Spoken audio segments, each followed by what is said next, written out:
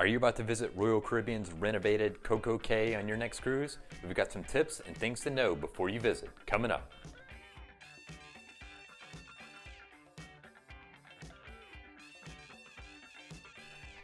Hey, what's going on, cruise fans? It's Tanner with Cruzely.com, and today we're going to be talking all about CocoCay. I've got a ton of tips and things to know before you visit the island that Royal Caribbean just renovated with a $250 million renovation. So here's everything you need to know before you go. Starting out, the first thing to know is that CocoCay can handle up to 9,000 guests at any given time. With that sort of size, having one ship in port should provide plenty of space without a lot of overcrowding. But the number of guests it can hold should tip you off to one of two things. First, it could mean that Royal Caribbean will have multiple ships visiting the port on some days in the future. There's a good chance of that in the near term. For the future, however, we think it points to the fact that Royal Caribbean could be preparing to roll out even larger ships. Considering that their Oasis class ships, which are currently the largest in the world, can only carry between 6,000 and 7,000 people at one time, that means there's more space for even larger ships. The second thing to know is that Royal Caribbean's Wi-Fi works on CocoCay. So if you want to stay connected or post to Facebook, Instagram, all that good stuff, Royal Caribbean has said that your package will work while you're enjoying the island. Considering that a lot of people pay for internet service for the entirety of the cruise, but you normally can't use it in ports of call, this is a huge addition to the Wi-Fi package. The next thing you want to know, just like the Wi-Fi, your drink packages also extend to CocoCay while you're visiting. So if you ever bought a drink package on a cruise ship, you likely know that when you're off the ship, they don't work. You can't use them in port, anything like that. You've got to pay out of pocket for anything you do in port. That's not the case on CocoCay. Your drink packages, alcoholic or non-alcoholic, are going to work while you're enjoying the beach and the sun there. That's a huge value add to buying the drink package while you're on Royal Caribbean. One of the big centerpieces to the new revamp of CocoCay is the Oasis Lagoon. What you might not realize is that this freshwater pool is the largest in the entire Caribbean. So it's more than 33,000 square feet, which is almost 3/4 of an acre.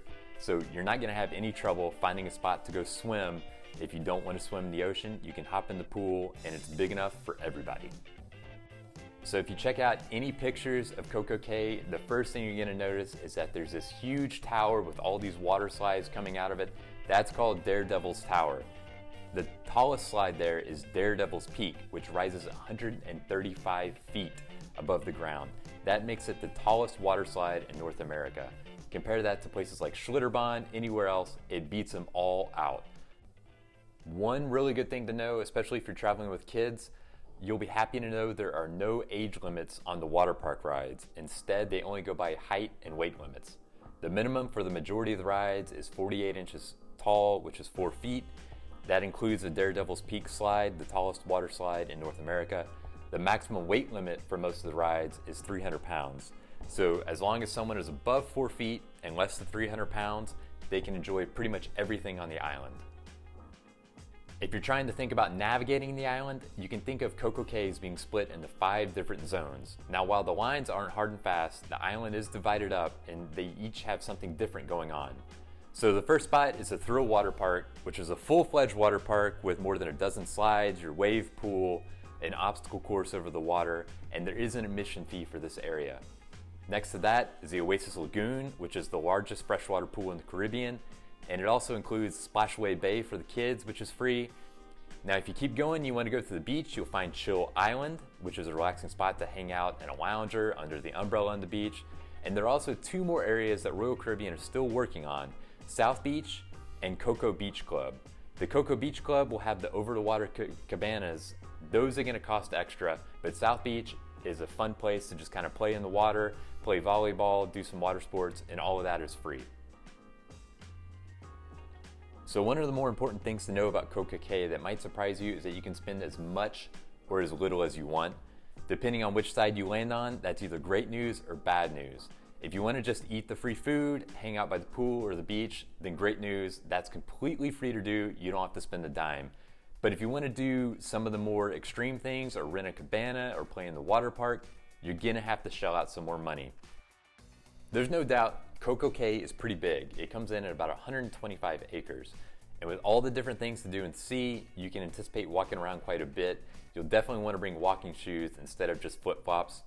If you're not big on walking, don't worry. There is a free tram that runs around the island, stopping at the major attractions.